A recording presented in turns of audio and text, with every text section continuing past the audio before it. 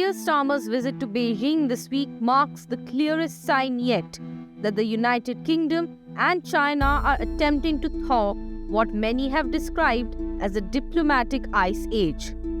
It was the first visit by a British Prime Minister to China since 2018, and it came at a moment when both leaders are under economic pressure at home and are searching for new opportunities for trade, investment, and growth.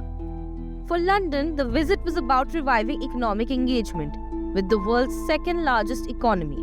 For Beijing, it was about sending a message that China can still be a reliable partner for Western economies at a time when the global trading system is being unsettled by renewed tariff threats from US President Donald Trump. While no sweeping free trade agreement was signed, the visit resulted in a series of targeted deals and policy shifts that together signal a cautious but tangible reset. So what exactly did the UK get out of this visit?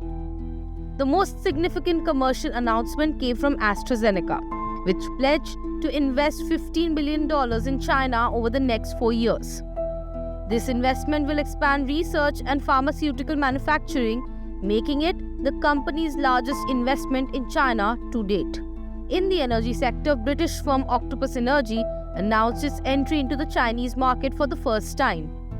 Through a partnership with local company PCG Power, Octopus will help develop a digital electricity trading platform aimed at improving efficiency and supporting China's push for renewable energy.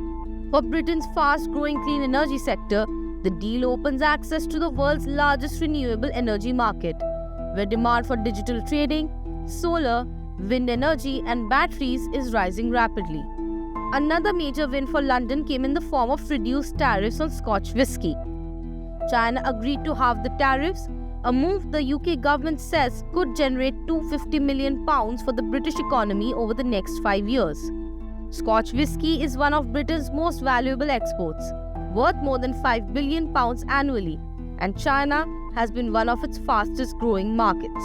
The visit also delivered visa-free travel for British citizens visiting China for up to 30 days for tourism or business, placing the UK on par with around 50 other countries.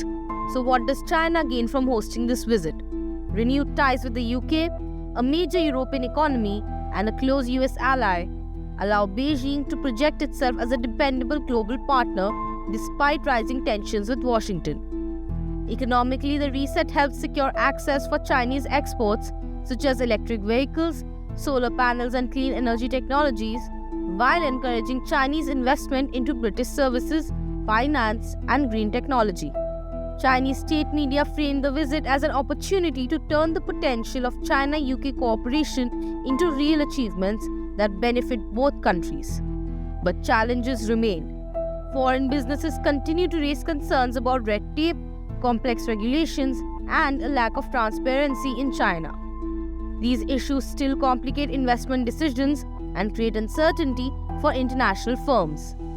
There is also the geopolitical balancing act. President Trump has warned Canada of steep tariffs over deals with China and has cautioned the UK about deepening commercial ties with Beijing. Keir Starmer has insisted Britain does not need to choose between Washington and Beijing, describing the reset as a pragmatic effort to support growth while managing risk.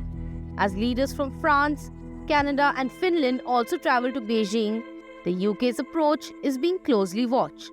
In an increasingly unpredictable global environment, the message from London is clear. Engagement with China is no longer frozen, but it will be careful, calculated, and closely scrutinized. With Harsh Mishra, Bureau Report, India Today Global.